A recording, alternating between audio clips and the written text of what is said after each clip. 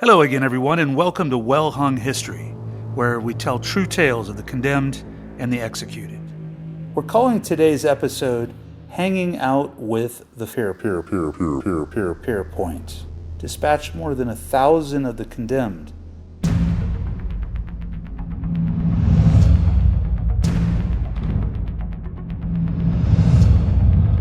I'm your host, Terry Allen, and thanks for joining us. We're calling today's episode Hanging Out with the Family, and it will concentrate on the Pierrepoint family in England, 3 of whom served as state executioners to the crown during the first half of the 20th century, basically. All told, this multi-generational trio dispatched more than 1,000 of the condemned during their careers in both peacetime and wartime. The primary character is Albert Pierrepoint, but we'll also cover his father Henry and his uncle Thomas, who both preceded Albert in performing this dark art. This is perhaps a confounding number to ascertain in context with today's contemporary views of capital punishment in Britain and continental Europe, but we need to keep in mind that in terms of the wider scope of history, the story we're about to tell happened very recently. So in this episode, we'll discuss the Pierrepoint's background, their methods, and some of the more notorious and controversial executions carried out by their own hands. We'll also touch a bit upon their reputations and their legacy. So come join us as we learn more about a notorious family whose job it was to carry out the nastiest task in a nation that in some ways orchestrated and perfected its use, but would come to repudiate its practice during Albert's own lifetime.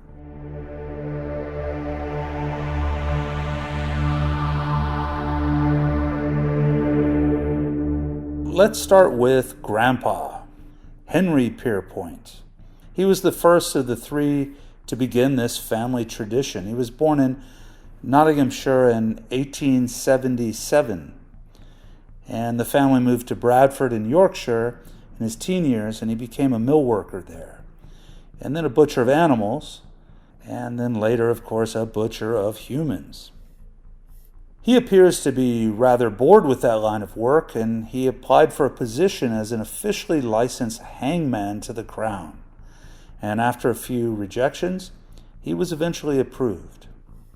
He assumed the role for the first time in 1901 under the direction of a man named James Billington, who curiously was also descended from a family of executioners.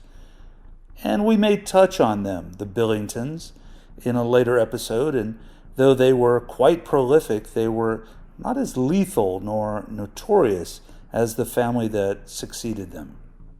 He was the backup for a few years until he was awarded the head gig in around 1905. In all, he participated in one way or another in over 100 hangings, averaging about 10 per year during his stint as the hangman. After assuming the principal role, he enlisted his brother Thomas as his second, and we'll be discussing Thomas shortly. It is said that Henry was considered very skilled at his craft, and in interviews to various newspapers he granted at the time, he occasionally expressed his view that capital punishment was a necessary evil and should be carried out as humanely as possible. He was known to keep meticulous details of each hanging, including biographical details, anatomical notes, personal recollections of the condemned, as well as post-mortem notes regarding the efficacy of each execution. Among his more notable hangings were those of Amelia Sack, I'm not sure I have the name right there, S-A-C-H, and Annie Walters. This time assisting with William Billington, son of the aforementioned James Billington. Sacks and Walters were midwives, and they became baby killers, and they were known in the press of the day as the Finchley Baby Farmers. They were hanged consecutively at Holloway Prison in London, February 3rd of 1903.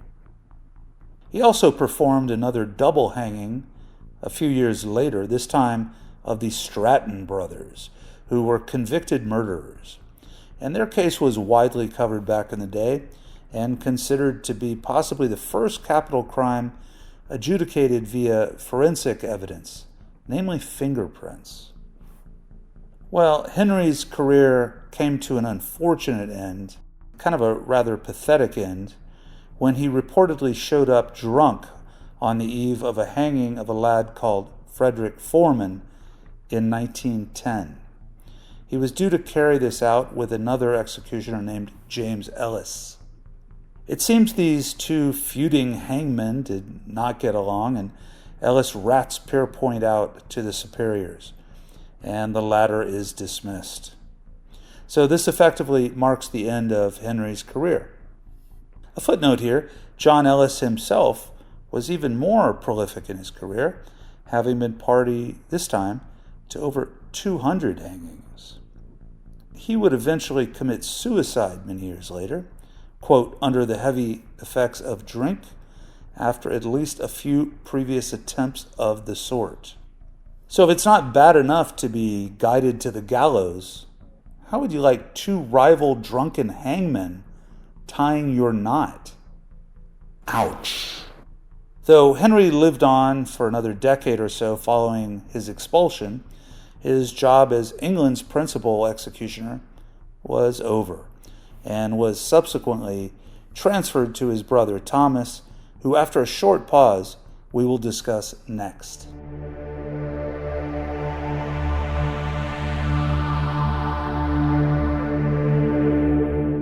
Thomas Pierrepoint, 1870 to 1954. As mentioned previously, Thomas Pierrepoint first worked as an assistant hangman under the tutelage of his brother, and he would go on to serve in this capacity for a much longer stint, lasting for roughly 40 years.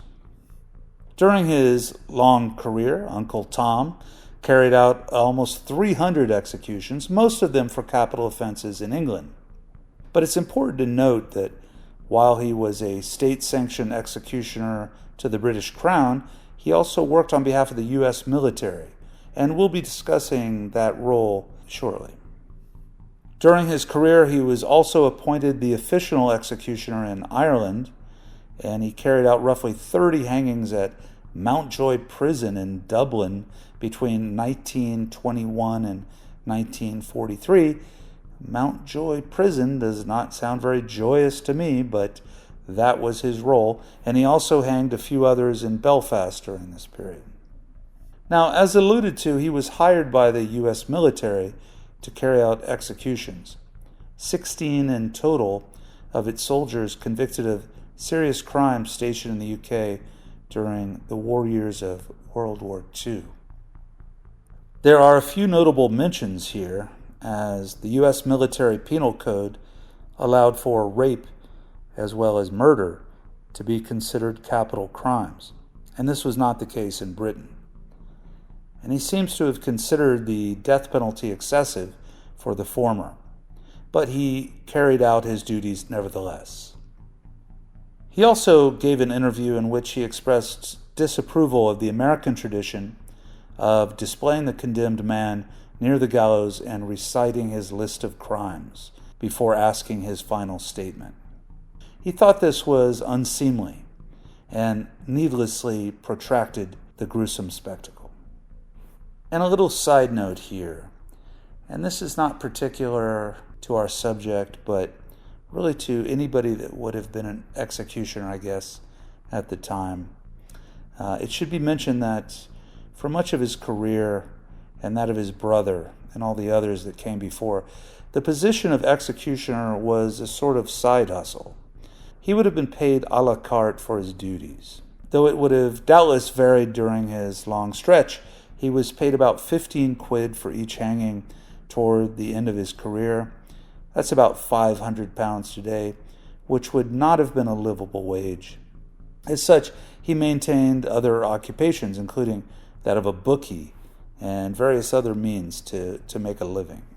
Let's talk about some of his most memorable hangings. And we'll talk first about Frederick Seddon. And this was in 1912. And he shared the task with, once again, his brother's nemesis, John Ellis. Oh, poor Mr. Seddon. Frederick Henry Seddon was a mysterious figure, and he was a cause célèbre of his day, and he was convicted of poisoning his, quote, lodger, a woman named Eliza Barrow. Seddon was a swindler, and he no doubt murdered Miss Barrow for pecuniary gain. What's most memorable is Seddon's rather eccentric and desperate defense, that being that he and the presiding judge, Sir Thomas Bucknell, were both Freemasons, and therefore he should be exonerated as they were both brothers of the apron. His appeal was specifically addressed to the Freemason credo of, quote, the grand architect of the universe, and supposedly other wink-winks and nudge-nudges and attempts at secret handshakes ensued, but to no avail. Now, we love inventive defenses on this podcast, and this has to be one of the best, but Judge Bucknell was having none of it. So it was off with Mr. Seddon to his date with Mr. Pierrepoint and Mr. Ellis. Another example of his work was the combined hanging of two lovers indicted and convicted of murder as a result of a killer love triangle. These two charmers were Charlotte Bryant and Dr. Buck Ruxton. Now, if that's not a porn name, I don't know what is. But I want a name like Dr. Buck Ruxton. Well, I guess it's never too late to change it, as he himself did.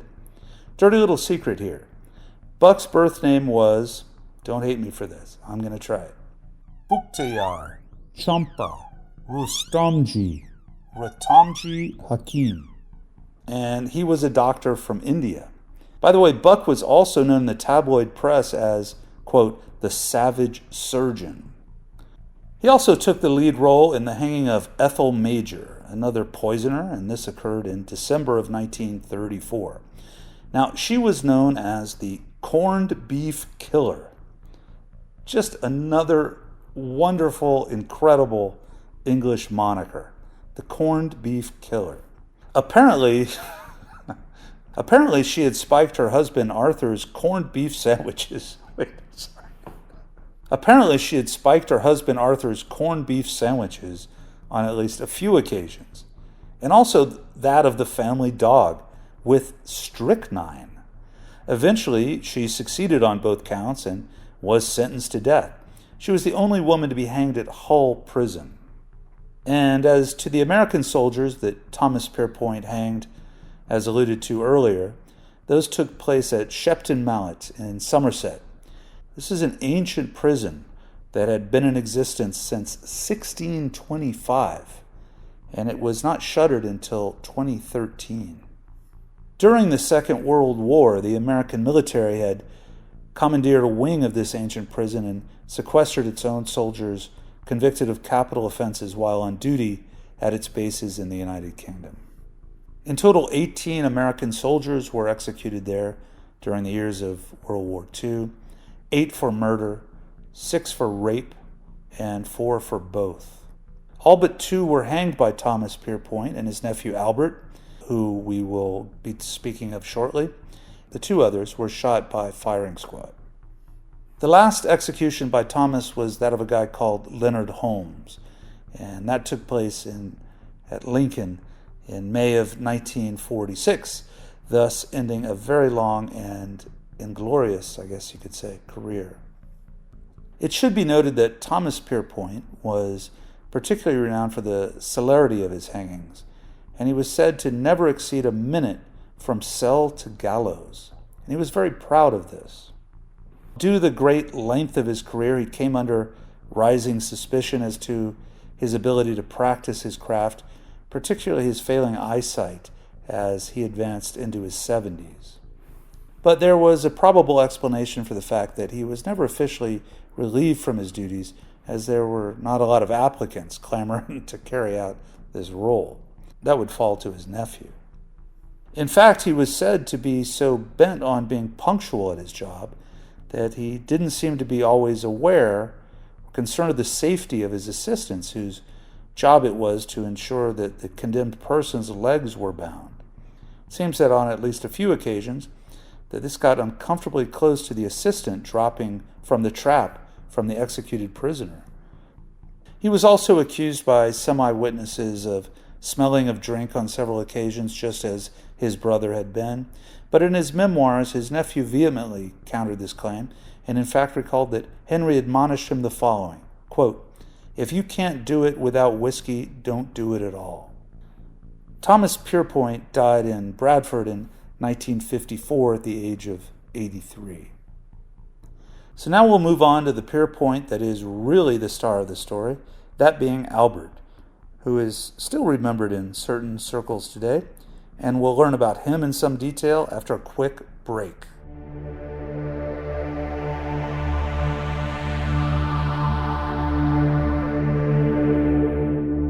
Albert Pierrepoint, our star actor. He was born in the environs of Yorkshire and Bradford in 1905, and he died in 1992 in Merseyside. His upbringing appears rather unremarkable, but with a very gaping exception. As we've learned, both his father and his uncle were registered as state executioners to the crown. So it's sort of like saying, hey, what does your dad do?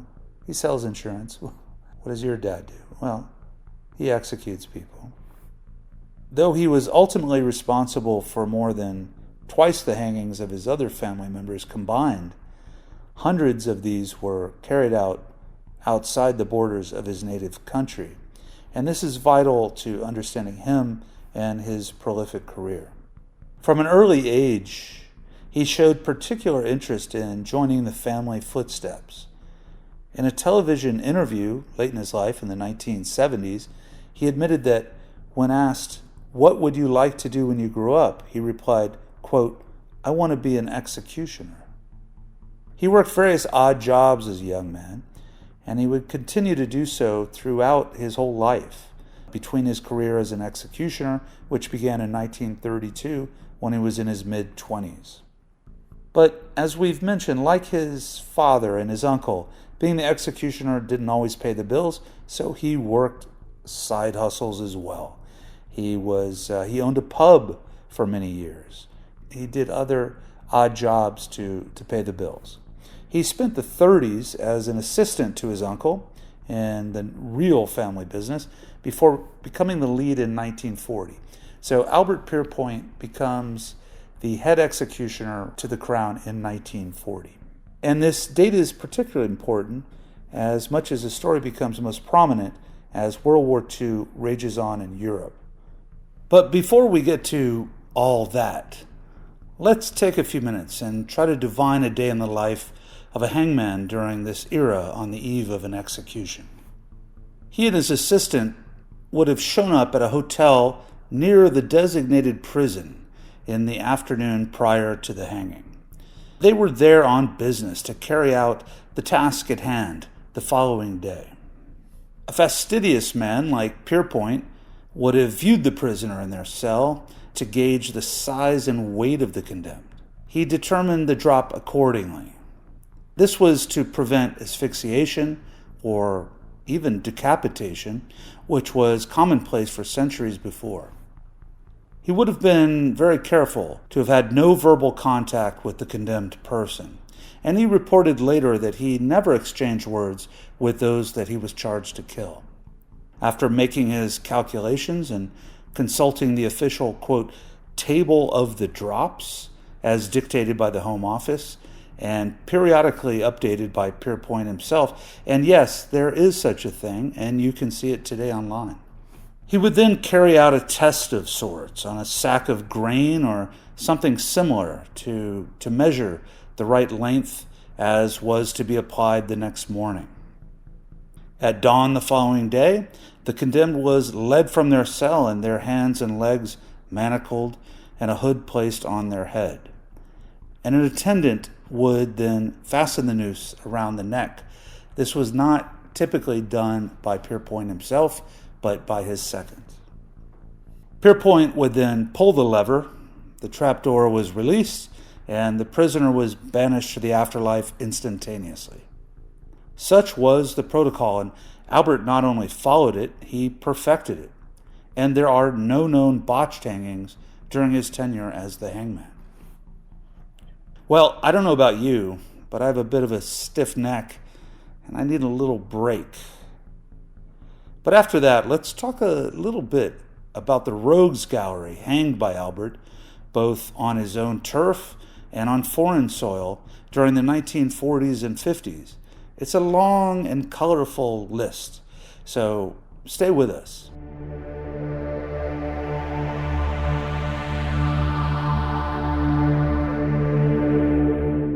Because the list of his hangings is so voluminous and the notoriety of the condemned is so wide, it's probably best to break the list into two categories. One, those that were executed as civilians, and two, those that were sentenced to death for war crimes committed during the Second World War. We'll start chronologically with the infamous civilian criminals. And to that point, let's begin with a serial killer known as the, quote, blackout killer, and that would be none other than Gordon Cummins. Cummins earned his nickname as each of his 4 known murders took place in a roughly week-long period during the London blackout, and these happened during the Blitz during World War II. And his murders occurred in February of 1942. And there were certainly more during this spree. So should we call him a serial killer or a spree killer? I can't say. But we do know that he was a madman on a rampage. He was a member of the RAF during the war, and he was known to be an upstanding chap and a good airman. But he was also a bit of a fabulist, claiming to be the son of an aristocrat. He was not. And basically putting on airs. And his fellow servicemen referred to him as the Count. Just prior to his murder spree, he had received commendation for his training, and he was transferred to a base at Regent's Park in preparation for wartime service in the Royal Air Force. So this guy was a very good airman. He was supposedly an upstanding person. But this would change. So while he may have been a bit of an eccentric, he was highly regarded by his fellow servicemen, and he showed no obvious proclivity for the incredibly heinous crimes that he was soon to commit. His victims were party girls and perhaps occasional prostitutes that he encountered in the West End clubs while on leave from his military service. They were all sexually mutilated and died in the most horrific of circumstances. His crimes are too gruesome to go into detail here, but suffice it to say he was a sadist that brutally tortured and murdered his victims, and this shocked even the war-weary population of England at the time. Though he maintained his innocence till the end, justice came swift, and he was hanged by Pierrepoint at Wandsworth Prison in June of 1942. As a bit of irony, or poetic justice maybe, Cummins goes down as the only known condemned man to hang in the midst of a German air raid. A few years after this, Pierrepoint was also charged with hanging another sadistic rapist and murderer named Neville Heath, and this time at Pentonville Prison in London. And I mention him because of an anecdote that was captured moments before he was led to the gallows. When offered the customary whiskey or brandy by the prison warden to calm his nerves, he reportedly replied, quote, "Please, sir, can you make it a double?" We don't know if that request was granted, but we do know that the punctual Mr. Pierrepoint soon sent him on his way soon after. The next one in our virtual wax museum is John Haye, the acid bath murderer. This freak loved baths, and he also loved to drop acid. He was convicted of killing 6 people, though he claimed 9, and dousing the bodies of the victims in sulfuric acid. Haye was a swindler, a fraudster, and prior to turning to murder, he had been sentenced to several prison terms for various forms of financial fraud. Following one of these releases, he befriended a wealthy businessman named William McSwan, and he becomes his chauffeur. Well, that was a bad HR choice, Mr. McSwan. Before long, after presumably seeing some sort of nefarious gain from his boss's wealth, he lures the hapless McSwan into a basement. He bludgeons him to death, and then, he piles his corpse into a barrel filled with sulfuric acid. A few months later, he does the same thing to McSwan's parents, with whom he had been living.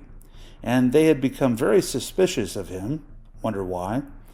He does the same thing with them as he did with their son. He then proceeds to steal their money, forge documents, etc., and garners a considerable sum of money in the process.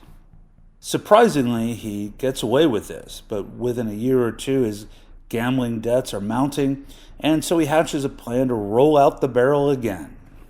This time, he befriends an unwitting couple named Rose and Archie Henderson. What does he do? I think you got it. He murders them, and he dissolves their bodies in sulfuric acid. And this time, he takes hold of their material possessions, sells them on the fly for about 8,000 pounds, and retains their car and their dog for himself. But he's not quite done yet. A few more years pass, and this time his final fatal bather is a wealthy widow named Olive Durand Deacon. Finally, the coppers catch on, and eventually teeth and other mostly dissolved remains are discovered, and he is indicted of multiple murders. Haye admits to the murders, and he brags about 3 more, but he claims insanity, and insanity seems to be in order here. At his trial, he says, "I saw before me a forest of crucifixes, which gradually turned into trees. At first there appeared to be dew or rain dripping from the branches, but as I approached, I realized it was blood. The whole forest began to writhe, and the trees, dark and erect, to ooze blood. A man went from each tree, catching the blood. When the cup was full, he approached me, and he said, 'Drink.' He said, 'Drink,' over and over. And his last words were, 'I was unable to move.' As almost always is the case, this did not work, and he was executed at Wandsworth in August of 1949. Another we almost have to talk about, and we'll do it briefly, is James Corbett. What's stunning here is not so much his crime, which is horrible, of course, but his personal relationship with Albert Pierrepoint himself prior to this crime being committed. Corbett was known to be a regular at the Hangman's Pub in Oldham, Greater Manchester, which was called, by the way, and we haven't gotten into this, but we should have earlier. This is a great name. Albert Pierrepoint's pub was called Help the Old Struggler. These two men knew each other well, and they were known to engage in jolly sing-alongs with fellow customers, and no doubt Corbett knew of Al's other profession. In fact, the two chums called each other Tish and Tosh. This was sort of a colloquialism, it seems, at the time. In fact, Albert mentions this man in his memoirs, and he writes, quote, "I thought if any man had a deterrent to murder poised before him, it was this troubadour, whom I called Tish. He was not only aware of the rope, he had the man who handled it beside him singing a duet. The deterrent did not work." Corbett was a murderer, and he was sentenced to death for killing his mistress and etching the word whore on her forehead. Pierrepoint continues as to the moment of reckoning. At 20 seconds to 9 the next morning, I went into the death cell. He seemed under a great strain, but I did not see stark fear in his eyes, only a more childlike worry.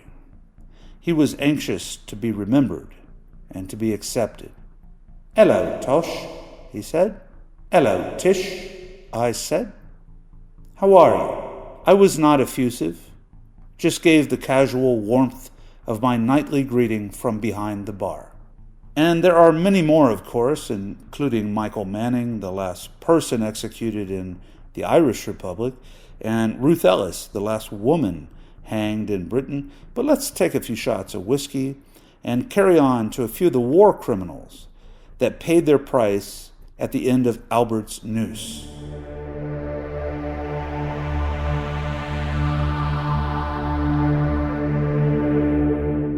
Before we discuss the hangings of war criminals that Pierrepoint was contracted to execute overseas, let's turn our attention to two famous war criminals that were hanged on their own soil. And those were John Amry and William Joyce, famously known as Lord Haw-Haw. Their cases, of course, are different, but their crimes and punishments are quite similar, so we'll treat them as a quinella. John Amry was born into great privilege in London in 1912. He was the son of the Conservative MP, Leo Amry, who served on both the back and front porches. Again, we're going to do this again. All right.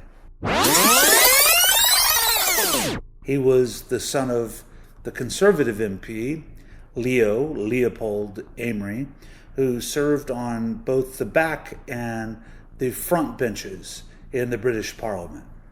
And this is worth noting because the elder Amry was a fierce opponent of the fascist regimes in Germany and Italy, of whom his son would eventually later aid and abet. For that, he was eventually executed.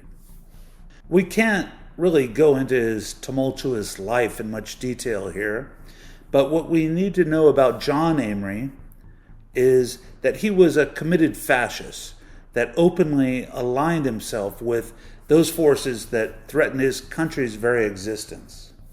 He claimed in his lifetime that he was motivated by his hatred of communism, and that is probably true, but his allegiance with the Hitler and Mussolini governments, as well as those of Franco in Spain and the Vichy government in France, would ultimately cost him his life at the ripe age of 33. Throughout World War II, he lived behind enemy lines, alternating between the Axis powers and Vichy France. He also tried in vain to enlist British conscripts into his failed effort called the British Free Corps. He was eventually arrested in Italy in the waning days of the war, and he was sent back to Britain for trial. With him on this doomed plane ride was William Joyce, whom we'll discuss next. Back in London, he was prosecuted for treason, for which he professed guilt. And that's very interesting, because he was the first person to actually admit to treason for 300 years.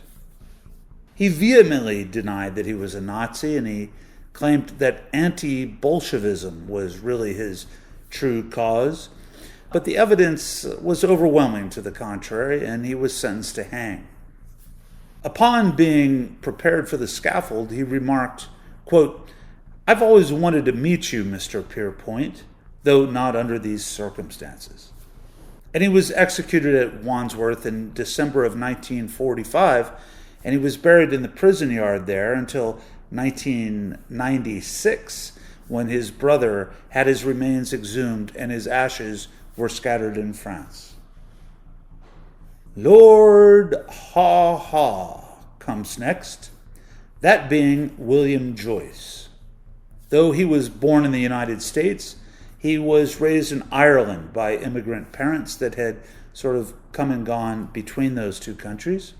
And like his one-time co-passenger, he was a lifelong sympathizer to the fascist cause. He joined Oswald Mosley's British Union of Fascists, and he excitedly headed off to Germany during the rise of the Third Reich.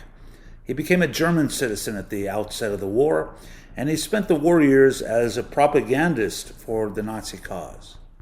He was eventually busted for trying to abscond to Denmark, and after questioning him, one of the arresting officers recognized his voice from the radio broadcast, and he shot him, and he wounded him, but he did not kill him. This would happen very soon after this. He was sent back to England and tried and convicted and sentenced to death. And that happened by Pierrepoint's hand, again at Wandsworth Prison in early January of 1946. But before he was dispatched, he left these final words. And he says the following: "In death, as in life, I defy the Jews who caused this last war, and I defy the power of darkness which they represent. I warn the British people against the crushing imperialism of the Soviet Union. May Britain be great once again, and in the hour of the greatest danger in the West, may the standard be raised from the dust, crowned with the words, quote, 'You have conquered nevertheless.'" He goes on to say, "I am proud to die for my ideals, and I am sorry for the sons of Britain who have died without knowing why." Moving on now to some of Albert Pierrepoint's foreign work. As he was cited as being the most proficient practitioner of his trade at the time, maybe ever, he received many commissions to hang Nazi war criminals in Germany and Austria. We'll cover many of these in passing as we're planning a whole podcast episode on this particular topic, and we hope you'll check back in for more once that's done.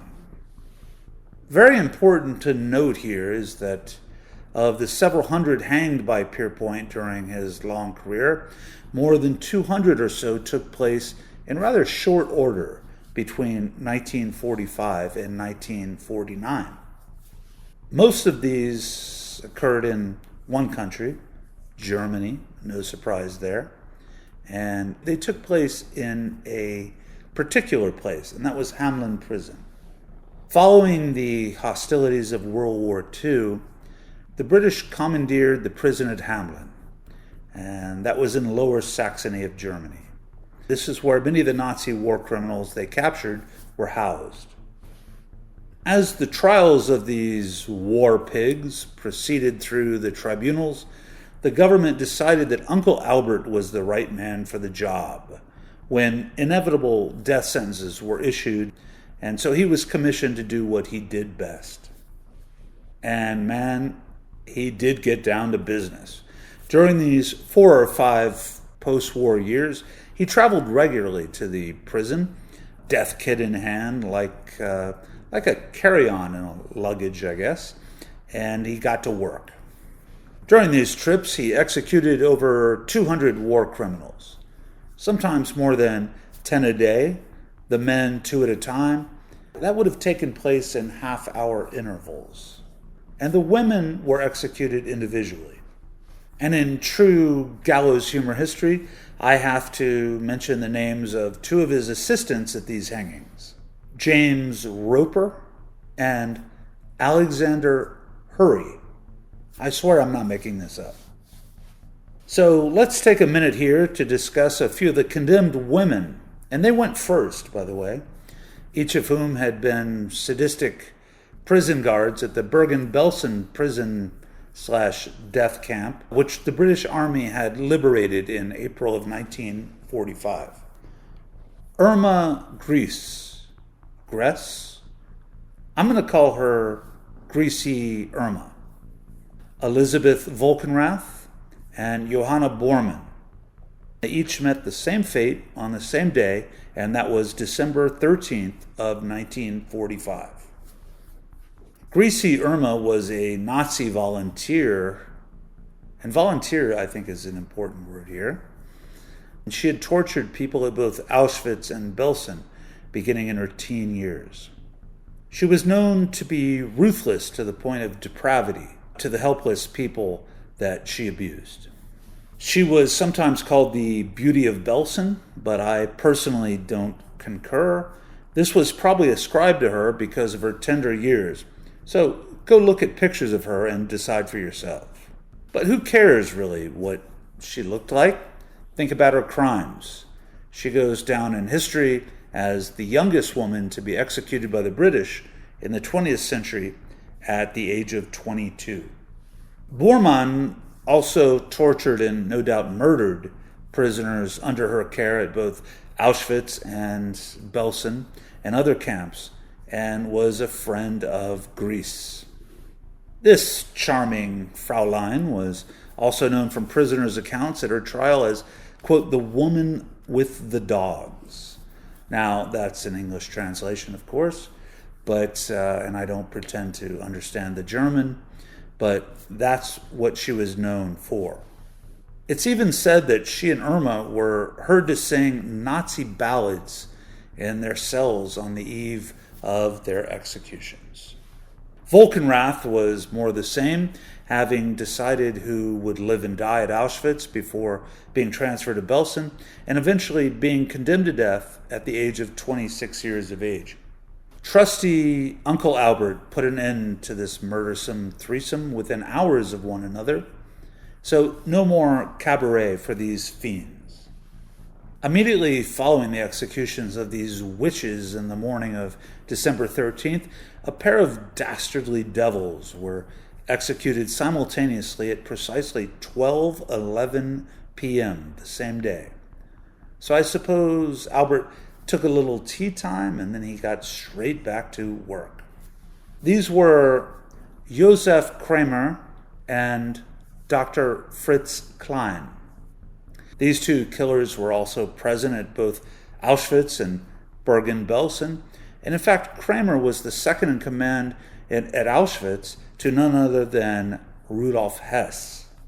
So each man had directly participated in the murder of thousands of innocent civilians. As if their guilt was not obvious enough, Klein stated at trial that, quote, my Hippocratic oath tells me to cut a gangrenous appendix out of the human body. The Jews are the gangrenous appendix of mankind. That's why I cut them out. All told, Pierrepoint executed 13 people that day in precisely half-hour intervals. And this would carry on a pretty regular basis for the next 4 years as verdicts were read and death sentences handed down. The list, of course, is too long to go through here. So again, please check back with us for an upcoming episode on this podcast where we'll discuss in more depth the lives and punishments of the most famous Nazi war criminals. So after a short break, we'll wrap things up with a bit of a rumination on Albert Pierrepoint and his life's work and some thoughts that he shared with us regarding his peculiar career.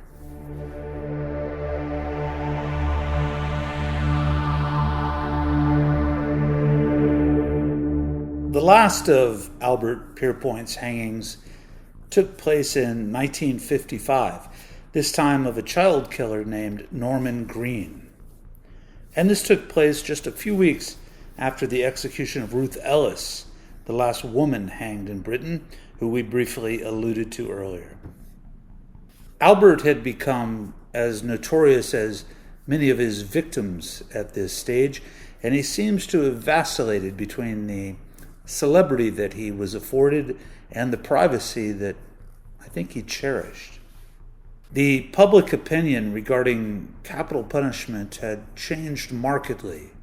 Shall we say it had softened in his country during his era as the chief practitioner.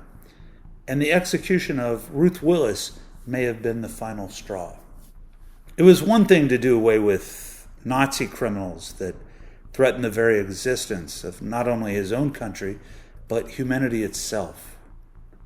It was another thing to contemplate the execution of a woman who killed her boyfriend during a lover's quarrel.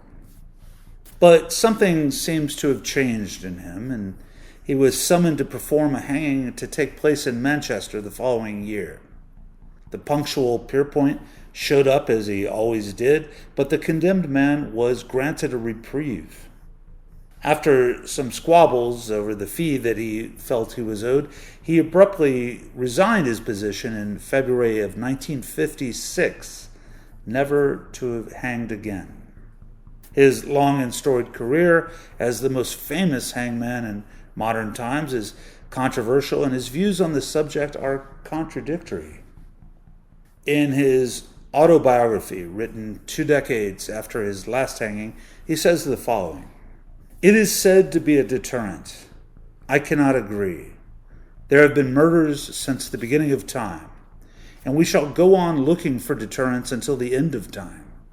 If death were a deterrent, I might be expected to know. It is I who have faced them last, young lads and girls, working men, grandmothers. I have been amazed to see the courage with which they take that walk into the unknown. It did not deter them then, and it had not deterred them when they committed what they were convicted for. All the men and women whom I have faced at that final moment convince me that what I've done, I have not prevented a single murder." So while his role is known and resolute, his thoughts about his vocation are murky, and they seem to have meandered later in life. One last quote from his memoirs: "I have gone on record as saying that my job is sacred to me. The sanctity must be most apparent at the hour of death. A condemned prisoner is entrusted to me after decisions that have been made which I cannot alter. He is a man, she is a woman, who the Church says still merits some mercy. The supreme mercy I can extend to them is to give them and sustain in them their dignity in dying and death. The gentleness must remain." Albert carried on for many years, resorting to his other role as a publican, and he died in Merseyside, Greater Manchester, in 1992. This concludes the latest episode of Well Hung History. Run away and cry now, but before you do, make sure to subscribe and leave us a killer review. Find us on Spotify, Apple Podcasts, YouTube, and all the rest. New episodes drop regularly. Tom Payne Productions, all rights reserved and preserved.